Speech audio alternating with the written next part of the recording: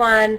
My name is Lauren Patterson-Davis. I am a principal of a middle school in Springfield, which is right outside of Philadelphia, Pennsylvania. And I've been doing this work for about 5 years now. And I'm excited to learn with you today and to hear what everyone else has to say about getting your first job. So we've been given a couple of questions to talk specifically about. And so what I thought I'd do is, despite the fact that only 15% of you are interested in middle school students, I'm not sure what that's all about, to really kind of focus it on that middle level learner. So the first one was, what do we look for in a teacher candidate? For me, I'm really looking first and foremost for someone who's flexible. So education is an ongoing process, and they say the pendulum swings both ways. So I'm looking for somebody who can really work with me in good times and in bad. And so I'm looking for someone who's flexible with students. I'm looking for someone who's flexible with parents, with their colleagues, and with the administrative team. I'm looking for someone who really has a developmental knowledge of students, specifically with students grades 5 through 9 or so. That's a real specialty. You have to be willing to understand developmentally what they're going on, what's going on in their bodies, what's going on in their lives, how that process impacts their ability to learn. I'm looking for someone who can contribute to the community. I'll ask that question. I'll say, this is a really strong faculty. I am a distributed leader, and I want to know what you're going to bring to the table. So it's important that you're able to demonstrate what it is that you think that you are going to bring, especially when you find yourself interviewing at a school where there is a really strong staff. And with that being said, I'm also looking for leadership. And that's leadership in the classroom, it's leadership in the grade level, it could be leadership in the school, but I ask those kinds of leadership-based questions. In terms of the characteristics, I really am looking for someone who can understand how to develop appropriate educational outcomes for students. So I'm not necessarily looking for someone who can show me jazzy activities. I'm looking for someone who really understands the purpose between what it is that they're doing in the classroom and how that then impacts the student learning. I'm looking for someone who is really focused on feedback to students and authentic assessment. So if you're going to do a summative assessment, it better be something that makes sense in terms of their lives. I'm looking for someone who is able to develop an environment that really is student-centered and that can allow students to both provide remediation where needed and also provide students opportunities to really stretch themselves. So it really is that responsiveness. And the other part of that is really willing to be vulnerable with the students and say, hey, we tried this out and it didn't work. Let's go back. Let's try it again. So someone that can admit their mistakes and then can move forward with them.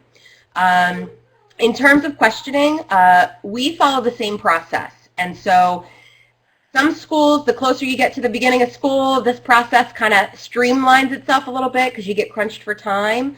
But what I like to do is my first round of questioning, it's usually about 10 questions. It's get to know you. Do you know some basic information? Do you have a sense of what is developmentally appropriate for students? Do you have a sense of how to build lesson plans and assessments, and how are you going to work with your faculty, things like that.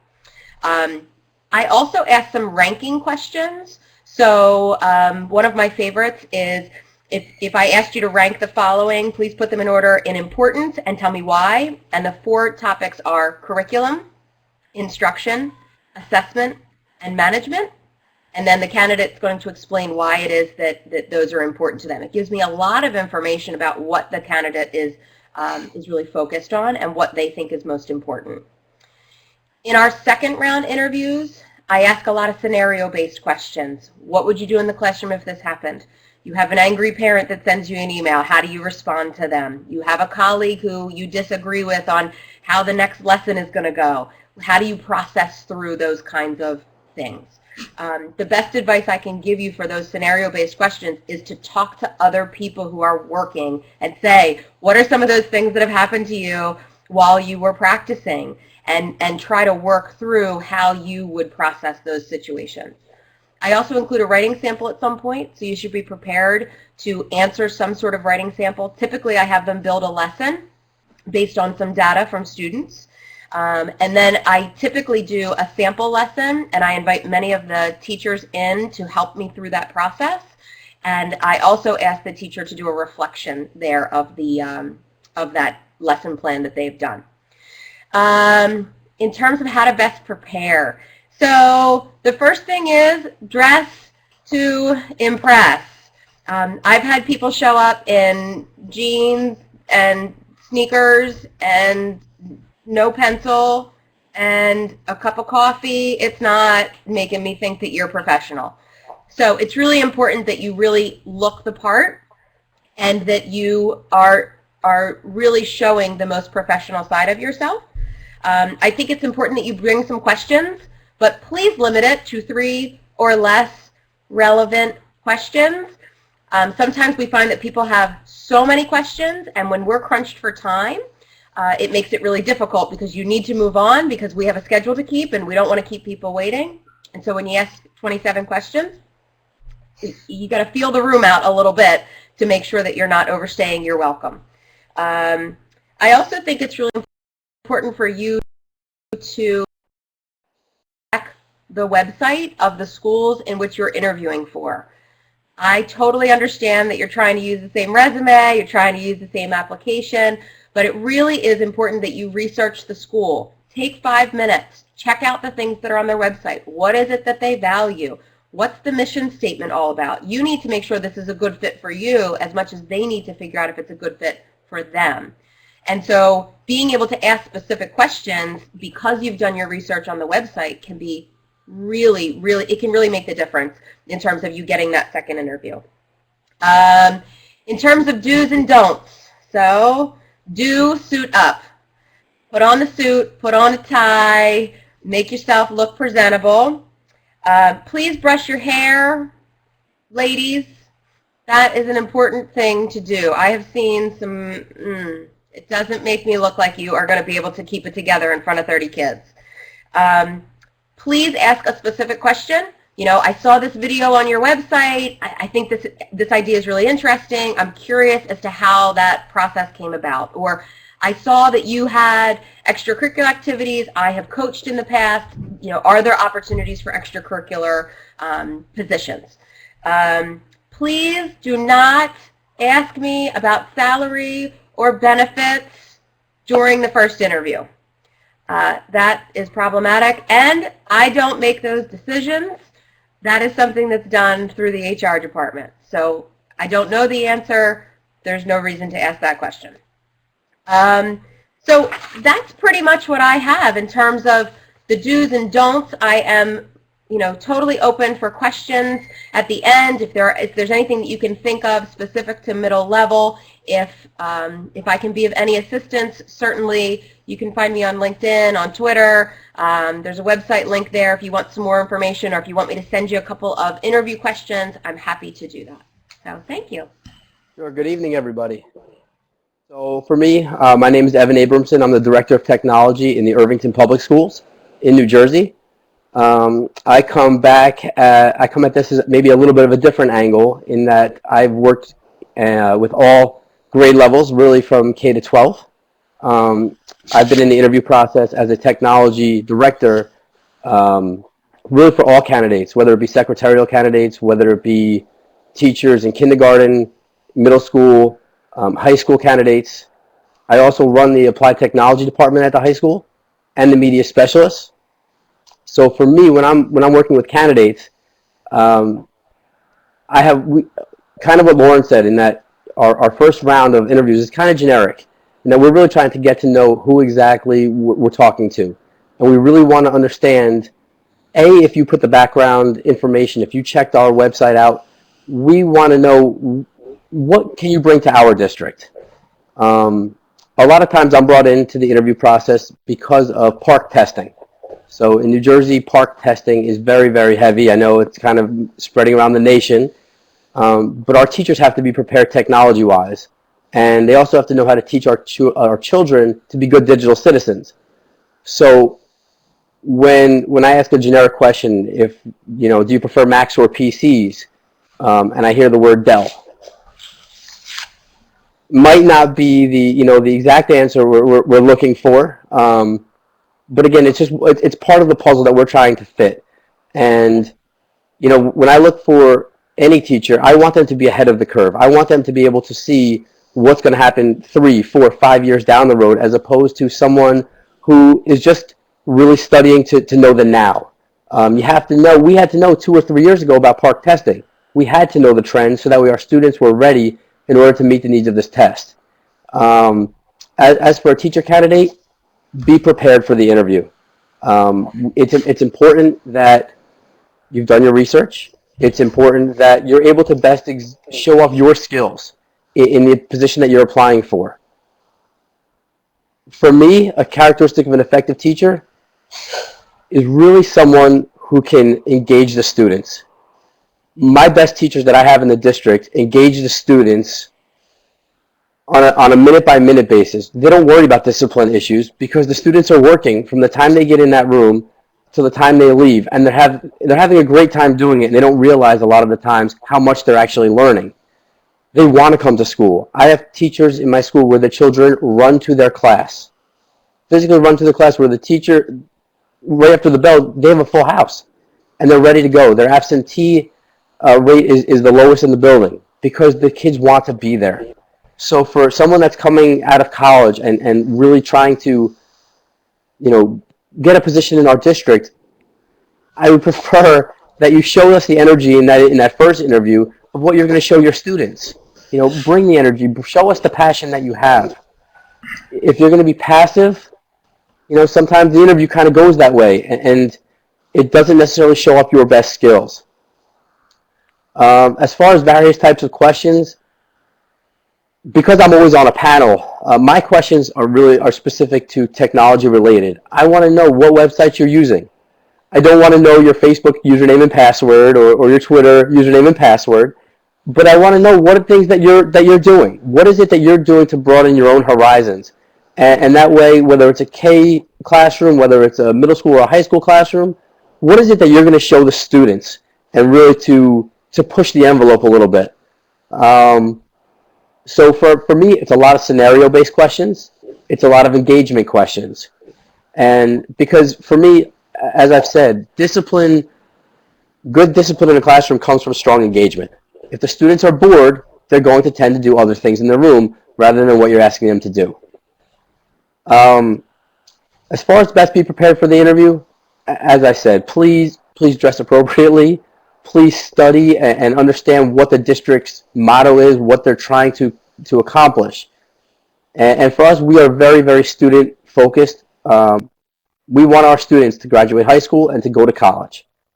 We want them to take the SATs, and not just take them, but we want them to be successful. Be highly successful in AP exams. We're putting in all kinds of technology-based programs with Rosetta Stone in our classrooms, so that way the students can take all kinds of languages. But these are things that are posted on our website, and there's research all in newspaper articles about the district, where if you're applying and you mention these things in the interview, it just makes yourself look better. And that way it makes the district feel, look, we're doing something important and you're noticing. As far as the do's and don'ts, Lauren, I think, really touched on it with the, suit up if you're a man. It's one of those things where it's so, I think it's kind of forgotten, where we've seen teachers come in again in jeans and sneakers, T-shirts. We've seen them wearing our basketball T-shirts. And, for us, a strong candidate really looks the part of that candidate. You're a professional. We expect you to dress like one and to act like one. And, if we're going to be offering you a position in our district, we don't look to offer positions for people that we think we may have to get rid of in a couple of years. We want you to be there for the long haul. And I think that students today, in talking to them, kind of look for I can work a couple of years here or a couple of years there and move on. But in the education industry, we have a heavy investment with you and our kids. When you build up your reputation in the classroom, students and parents want their children to come take your class and future generations into your classroom. And I think that from just a stability standpoint, we're looking for great teachers. and people who are engaged in the learning process. As far as don't ask about salary or benefits in the first interview, because we don't control that, or at least I don't control that. Everything comes through our human resources department. And I think, from a be prepared to ask us a couple of questions. And again, if you see that the director of technology is in there, it's okay to ask technology questions. It's okay, and ask us how we're integrating technology, because I think that's a big part of what all school districts are doing in today's world. There's numerous school districts that are starting their kindergartners on technology, and they have many levels of technology and requirements of their kindergartners to exceed as they move to first grade. Typing 20 words a minute, 30 words a minute. This is going on everywhere. And as for us, we have Chromebooks in our classrooms. We are working on a one-to-one integration at this point. We are not there yet. We have basically one cart per grade level in the elementary schools, and we use them in our middle schools in the social studies classrooms. So all students are working on a Chromebook currently. And at the high school, we just got our high school order in, so they're going to be working again in the social studies classrooms. But again, as the years go on, we're going to look to expand it into really more of a one-to-one initiative. The last thing I'll talk to you is when we ask about Googleable questions. And if we ask you in an interview, if you can give us an example of what a Googleable or a non-Googleable question is, it's something that for us, we want to know, because we need to know our students. If you ask them a question that's Googleable, our students can get it on their Chromebook in 30 seconds. What are you going to do for the next 80 minutes of your class? So for us, we want you to challenge them and create scenarios, real-world scenarios that these children can live in and really understand and appreciate. So for us, it's very, very important. Again, as far as asking the administrators questions, ask them about the initiatives they're taking on in their building. What are they trying to do? What are they trying to accomplish? Because if you understand what their goals are, you can kind of word your own answers to really show them how you meet their initiatives and how you can push their initiatives forward. So again, I'm here for questions, whether it be on Twitter, LinkedIn. Please do not hesitate. I was a college graduate of Northwood University in West Palm Beach, so I understand the Florida scope as well. And before I got into education, I worked for the St. Louis Cardinals baseball team in their media relations department. So for us, again, I try to take my business acumen and work with it through education, because it's something that really is meshing now as far as real-world scenarios. So again, I'm open to any questions that you may have, and thank you very much for participating tonight. I think it's a great experience for everyone. Monica. Thank you for having me. Good evening, everyone. Can everyone hear me okay? Okay, good. I just want to start with that the two panelists that have gone before me have outlined some excellent topics and given you excellent advice, and there's a lot of it that I would just reaffirm. I also kind of want to take you to the perspective of I have had the experience. This is my 8th year as an administrator. I was 6 years in the classroom, and I taught middle school. So I go middle school. I've been a administrator at the middle school level. Now I'm an administrator at an elementary school level, and I see about 58% of you are actually wanting to teach at the elementary school level. So I'll try to tailor my responses to some of that. But the most important thing that I think if you're coming in for an interview is to know that school, know about the school's culture, know about the school's data as far as their testing data. What is their percentage of free and reduced lunch? That kind of gives you an idea of what types of barriers or challenges that school may be facing when trying to help all kids be successful.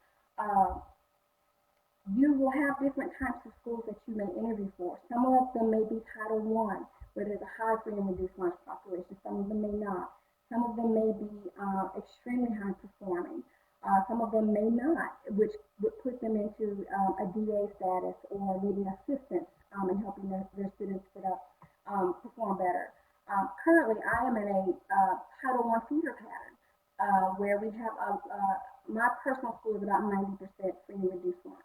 And so there are different challenges that we have with our students, and therefore sometimes there may be a different light that or different characteristics we're looking for with some of our teachers, because I'm still expecting you to be able to work with those kids, do standards-based instruction to the full intent of the standard.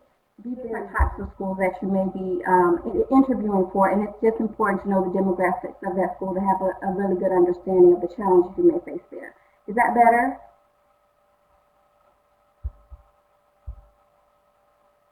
Okay, good. Okay, good.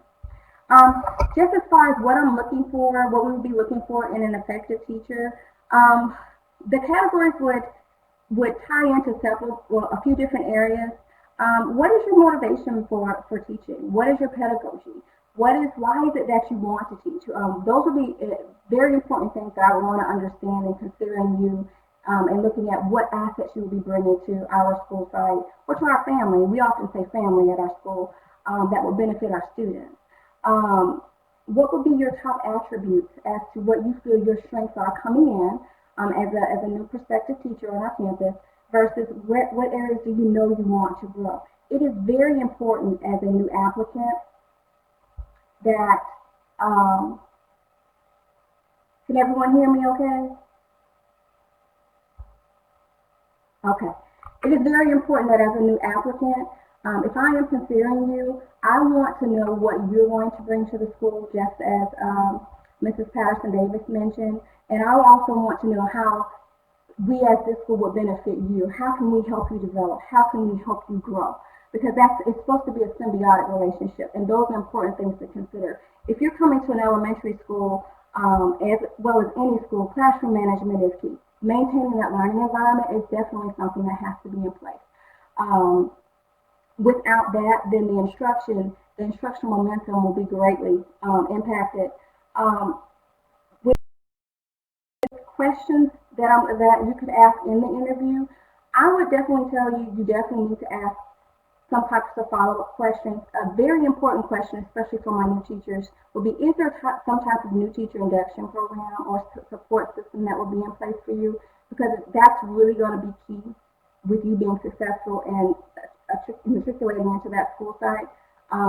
We're definitely looking for teachers that can become capacity builders, those that go beyond the classroom, that can see that they have a system thinking type approach, that what I do in the classroom impacts my team and my team impacts the school.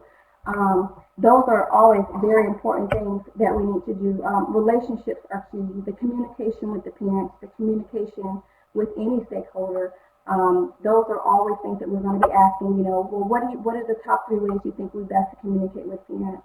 What does that look like beyond a phone call? And we're looking for that differentiation of, would it be something through email? Would it be something to where I invite them in for a face-to-face? Some of our teachers actually do go to the homes and visit. That's not always common, but that is something that can also happen. Technology, the innovations with technology are going to vary from site to site. We are also a school that has technology, but it's going to depend on sometimes the students' experiences with technology. At my particular school, we have several kids that don't necessarily have access to technology at home, so therefore we really reinforce it in the classroom to try to bring them to where they need to be. Your lesson planning. Your lesson planning is more than likely in this day and age will be done with a team, but what I would be definitely looking for is, do you have that ability to look at a lesson, understand what that standard is over that unit, over that time, and then be able to take that and bring that back and differentiate it to what your students need, what your student needs. Differentiation is key with kids. Differentiation of your classroom management will also be key, because sometimes you're not going to have the compliant student, and what works with one may not always work with the other, and will you have that ability to adapt and assist that student as well? Student engagement is key.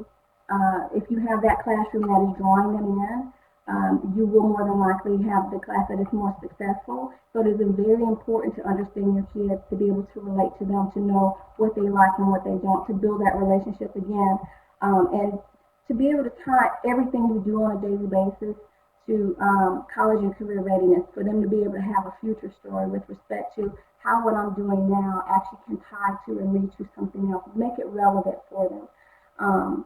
When you get ready to come to an interview, I agree, dress the part. You're a professional, and professionals are whom we're looking for to help educate our students.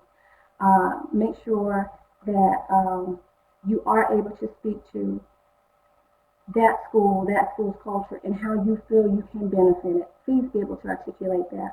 I haven't had many interviews where I've had salary or benefits brought up, but I have had a couple of interviews about time off.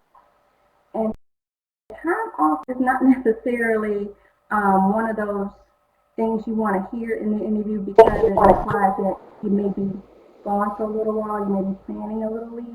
So that wasn't a successful one. But being able to ask those questions again that relate to how I can benefit this school, and how this school can benefit me, and what you're looking for, and knowing what your support system is going to look like, is going to be key for your success in the elementary school, middle school, or high school.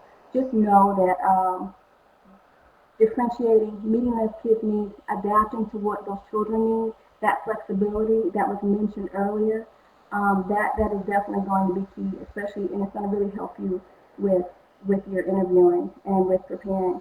And just know that your first position, you're probably not going to retire from, but your first position is key. And from the first day you step into the classroom until the day you retire, you're impacting your child's life. So give it everything you've got, and always use your resources that are around you. Thank you for having me. Hello, everyone. It's nice to be here. Share a few things with you that I look for when I look for new teachers. I start off by liking to hear a little bit about them. Of course, they go through that and tell me what they've done, usually on the side of academics, if they've had any, or if they're fresh out of college. Then they'll talk about some of their experiences that relate to education. And I'm looking to hear about anything that related to the academic area, or how they've done normally when they've done their student teaching and so forth, the grade levels that they taught at. That's always of interest to me, because I am trying to see how they might fit in at a given grade level. Of course, some teachers at the elementary level don't want to be in the upper grades. They prefer the lower grades, like K through 2, so I'm always looking at that as well. The other area that I'm watching for as I discuss the position with a teacher candidate is their ability to manage the classroom. That's very important. Sometimes I just call it being able to deal with behaviors that occur. I look for a teacher that can deal with students in an effective way, to where they can manage students in small groups or whole group settings. In addition to that, I like the candidate to demonstrate in some way that they can effectively communicate with parents. With the brand new candidate, of course, they haven't had an enormous amount of experience, so I often look for some of the things that they may have done either in their student teaching environment, or some of the things that they've done along the way outside of education, just in dealing with people in general. Because depending on the school that I'm in the particular case where I am now, I look for a teacher that can work with parents and students who come from, we'll say, middle class to upper middle background.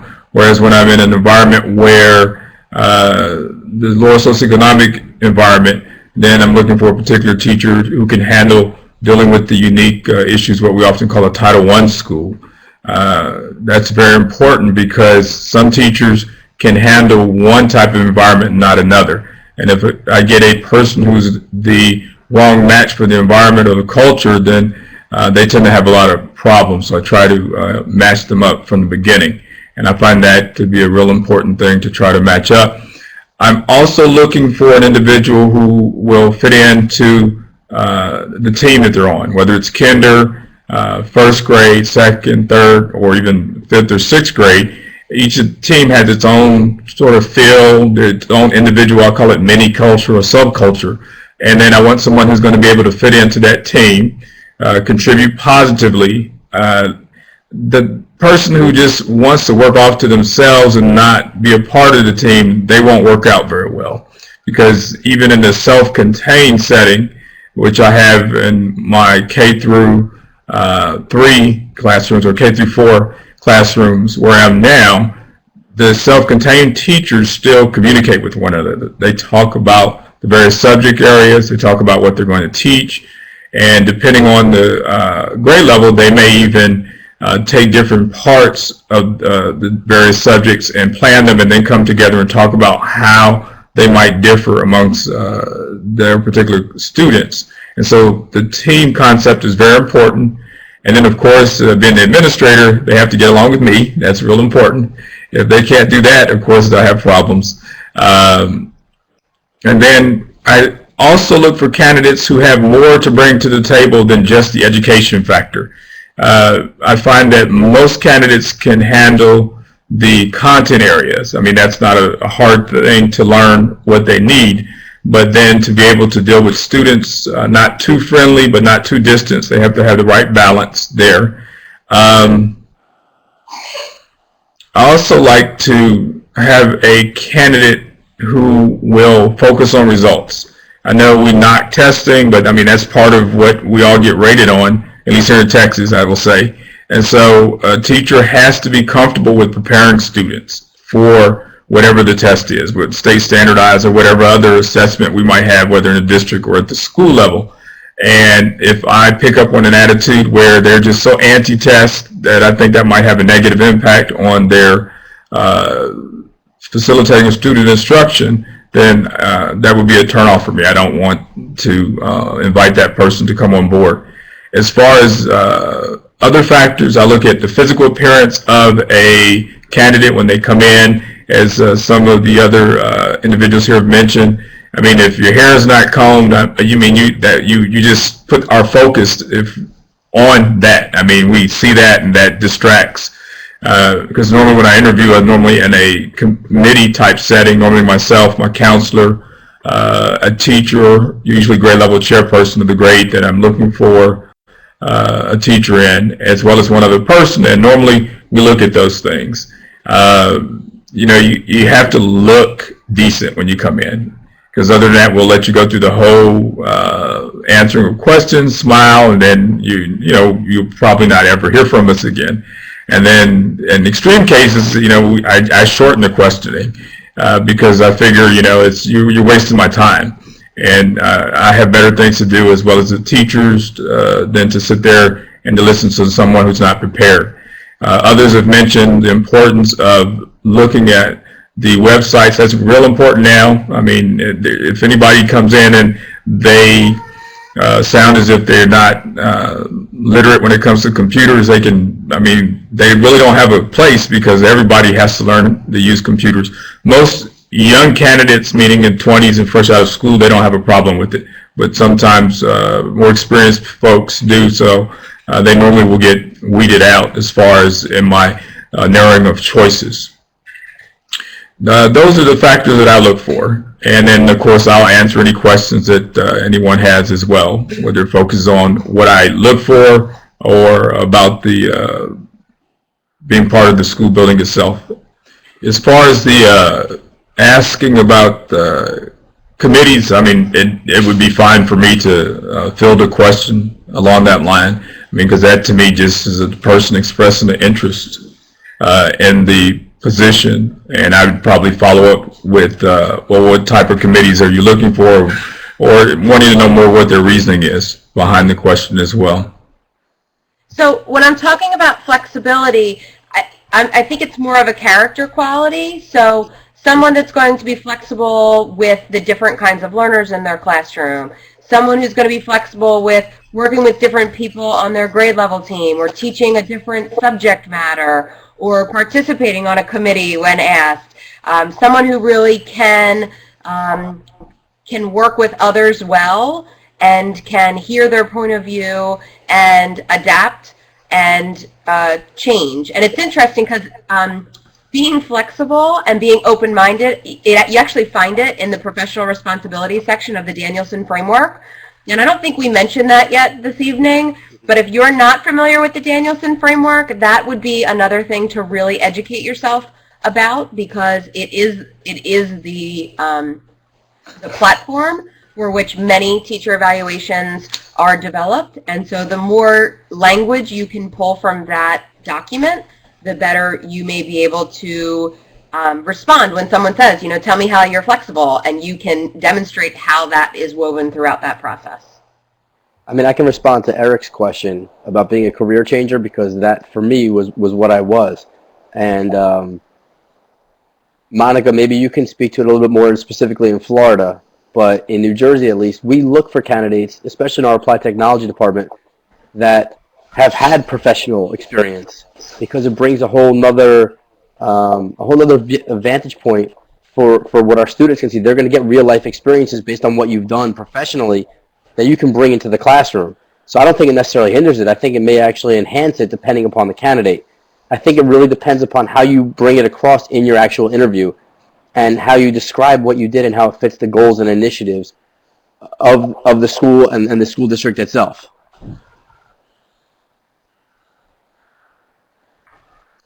I appreciate that a little bit for Florida. Being a career changer, just like Mr. Abramson mentioned, is actually a benefit in certain circumstances, because you do bring that real world experience to the classroom. I originally started out with a degree in business administration, and I was a career changer when I first started 14 years ago. It does not hinder your chances in the school. It was just, we would just need to make sure that what you are bringing as far as your certification, whether you need to bring, have additional classes or coursework, or take any certification exam, that's actually something that the district, a good school district would have in place for you to help with that transition. And we would look at, based upon your experiences and based upon your college preparedness, what you would probably more than likely be certified for, and where you would fit, and then at what level also. And I'd like to add a little bit there as well. I changed careers. I came from outside of education. When I first started, I had been in the military. Then after I got out of the military, I had worked in business for a while. For about, then I was in the military about 11 years and active. Then I did business for about 3 years, and then I transitioned into education. And that was probably around about 20 years ago that I started. And the attitude really depends on the school and the principal that I have found. Some principals are really happy to have someone who is what we call here in Texas alternatively certified, and some principals are not. So that is what it all hinges upon. If you find a principal who is happy to interview candidates who are alternatively certified, then they welcome them. And I would say the same, you look at the background and how they might fit into that particular campus, and that's a big factor.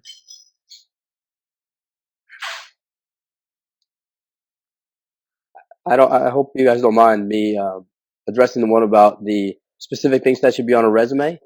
I think for what I see in our school district, first of all, is make sure it's factual.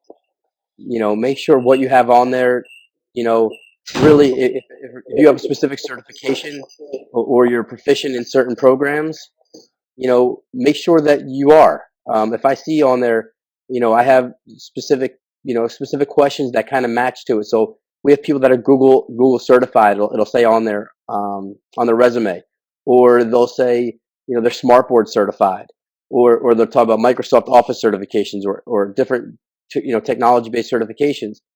I'm going to ask you questions about it, because if you're proud enough to put it on your resume, I certainly want to hear about it and your experience going through it. But make sure it's factual. As far as other things that should be on your resume, if you were in specific clubs that will help you address specific needs, again, in the schools, or specific skills that when asked about it, you can kind of move that question into a favorable position for yourself. For me, I was the school president. So for me, in college, it allowed me to use some of those skills when we talk about management, when we talked about classroom management, we talked about communicating with various organizations, or parents for that matter. And I look to that when we were doing interviews, and I know my principals in the school district, and superintendent the same way. Be prepared to speak about what's on your resume, because that's our first real, it's our first view of you. So we want to know, that's something you should be proud of, and that's something that you should really be prepared to talk about. I think too, if I can just add to the resume piece, I think the one of the things to ensure that you will not get an interview is to not spell check. So you need to go through. It needs to be organized. It needs to be sequential. It needs to be concise and something that really does convey what your experience has been thus far. Even if it's a little bit of camp experience or the student teaching experience that you had. If you're able to get a letter of recommendation from your professors or from someone that you worked with in education, those things are really important, and that's how we pre-screen. In Pennsylvania, I put up a 6th grade teaching job and I'll get 1,000 applications. There has to be some way to sort through that's manageable. And so sorting through those resumes is really the only way to do it. If you don't have one that is double spell checked and makes sense and is concise, I'm going to eliminate you right away. If I can also add to that, and just as she was speaking to, we do get a lot of resumes, and so having them very concise, having your work experience be in chronological order by most recent, as you go, and then having that which is relevant to the position actually does help. There will be times when we post a position and we will receive multiple applications with the resumes. The more you put on there for us to read in narrative form, the more we have to skim, and the more likely you're not going to get the meat or the gist of what you want us to know about you. So please, with the resumes, please, the spell checking and the grammar and the formatting, those are all important things. Those all speak to your work and the quality of your work. It's your first representation of you. If I could change the topic just a bit, I'm seeing some questions about Florida and the certification and the Marzano system. Here in Florida, we are evaluated through the Marzano system, and the question actually also applies to you, Lauren, with the Danielson framework. But the Marzano framework is actually broken into 4 domains. So the first domain is about instruction. The second domain is your ability to lesson plan. The third domain usually deals with your ability to adapt your lessons based upon the student's needs or your professional growth area that you've chosen to like a professional growth topic for that year.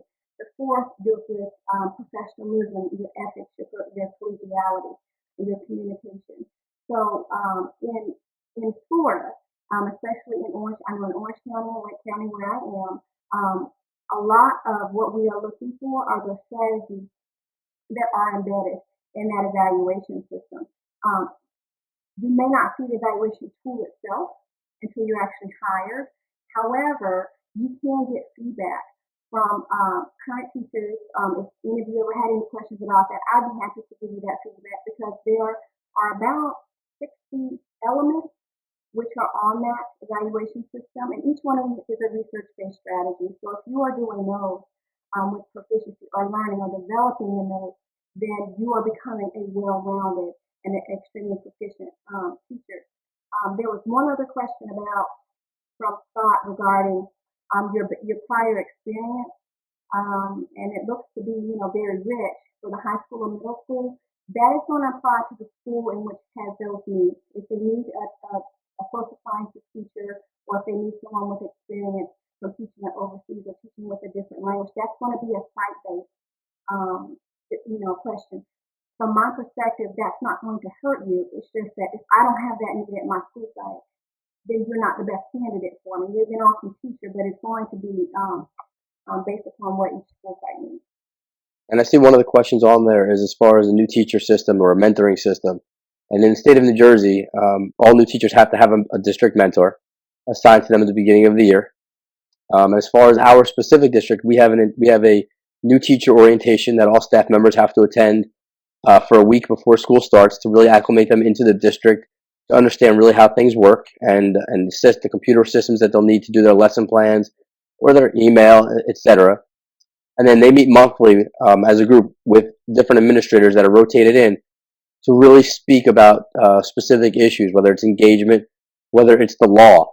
It's various topics that are brought in, and it's specific to new teachers, as we don't expect anyone to really come in knowing it all. And I think that that's the first part, is that you have to be willing to listen and understand. And really, we try to give them as much information as possible, maybe that week or 2 weeks before the school year starts, so they can digest it a little bit and really work through it as the year goes through.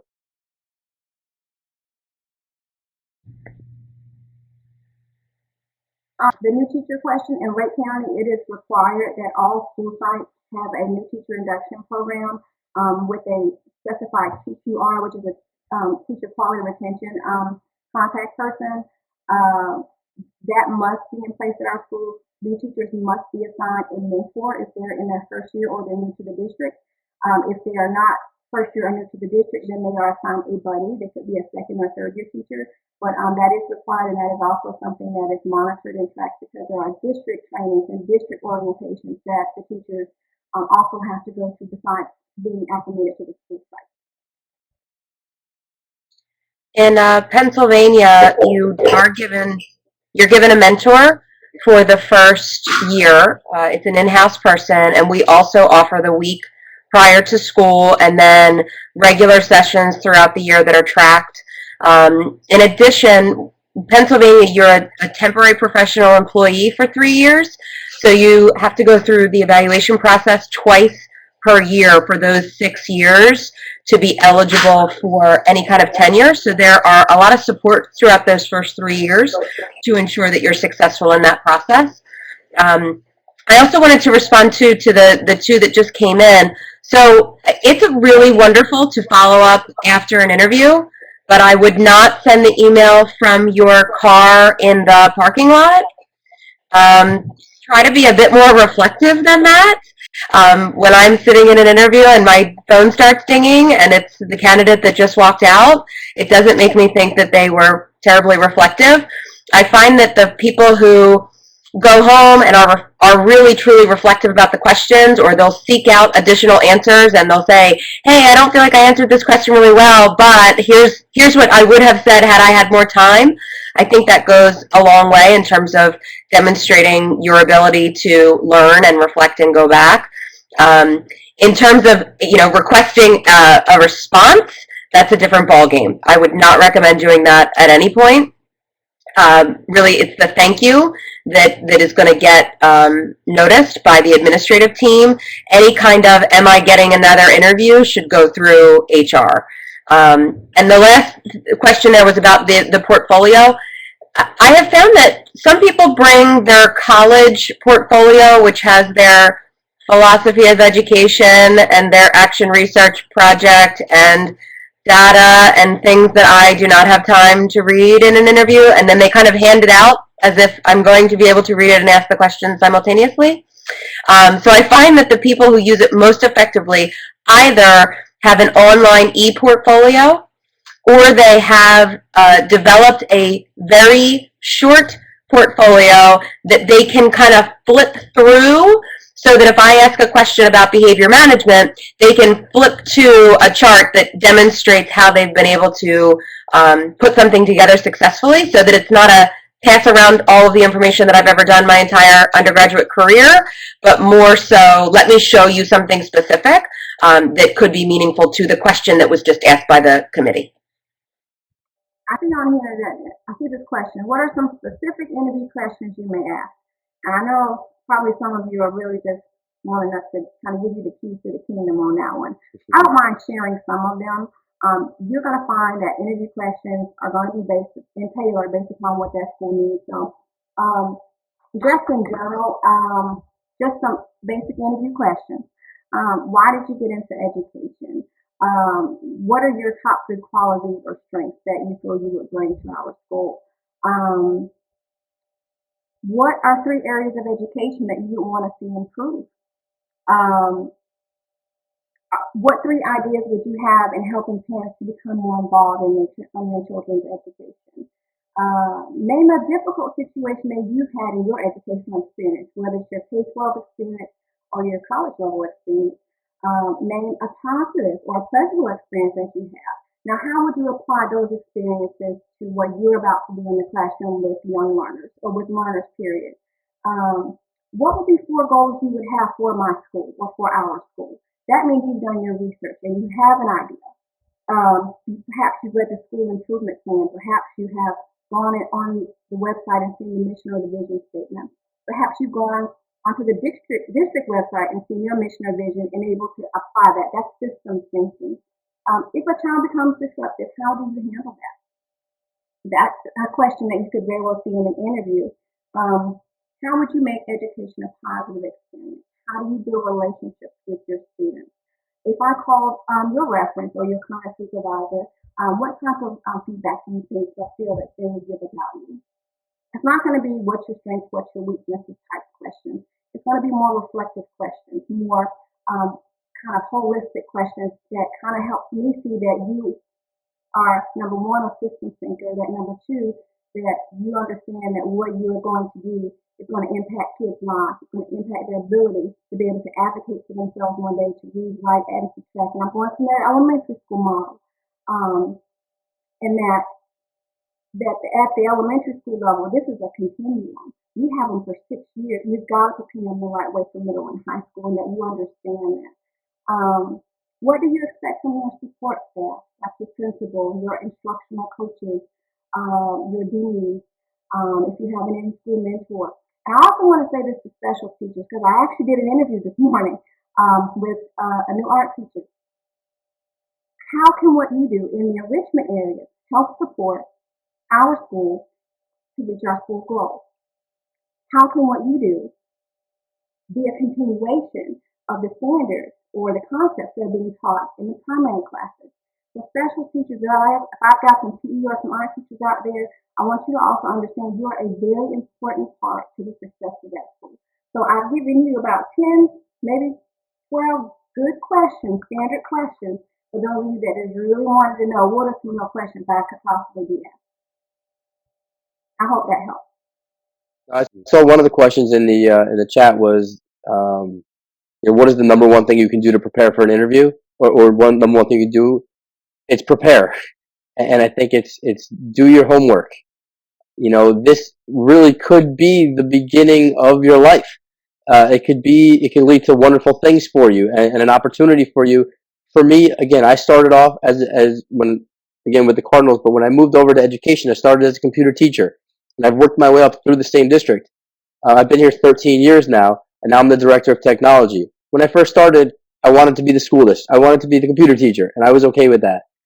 But to have a long-range plan and to really understand, the decisions you make now and the preparation you have now can lead to some incredible things and an incredible lifestyle. Education is very rewarding when your students come back and say hello, and it's you can have a very, very high impact on one child, and you'll know it.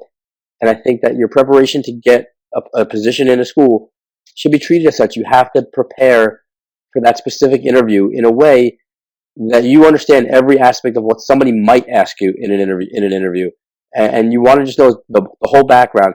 The principal's name helps, to know who you might be interviewing with, to know the superintendent's name, and really just understanding what the motto of the district is. You can the test scores for the previous years are online. You can see what the strengths and weaknesses are. Maybe you can speak to that in your interview. Say, how you can help and what you can bring to the table to enhance. And I think that that's all part of it. That's preparation is the biggest part for I know for my team as well. I could talk about that. If you are still in a student teaching placement and you're starting to think about interviewing, I would strongly recommend going and seeing if you can talk to the administration in that building. See if they'll do a mock interview with you. See if they'll come in and do an observation for you so that you can think about that process. And see if they can give you any kind of advice locally for what you might be able to do to get a leg up on the competition, because it can be hard to shine when there are a lot of candidates applying for the same job. So anything that you can get from them locally could make a difference. I like to add to that too, in the same light, when you're doing your student teaching, absorb all you can on what's going on in the school building, because there's a big difference often in what goes on in the school building and what you're learning in college. I mean, it would be nice if they were ideally a match, but they're not.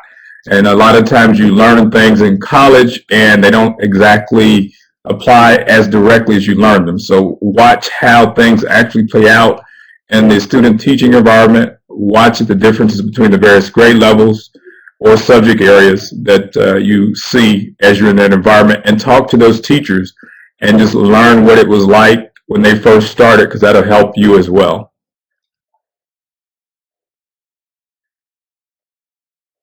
I think other than the wonderful advice you've been given already, I think another big piece of advice is dress appropriately. I've seen it all too often, especially from students who are still in college and are coming for their first interview. You don't want to wear wild and crazy ties, or you don't want to wear, all kinds of, different color shirts. A simple suit, works wonders. A white shirt and a nice simple tie for a gentleman works fine. A nice, simple, dress or pantsuit, whatever, for a woman, dress appropriately.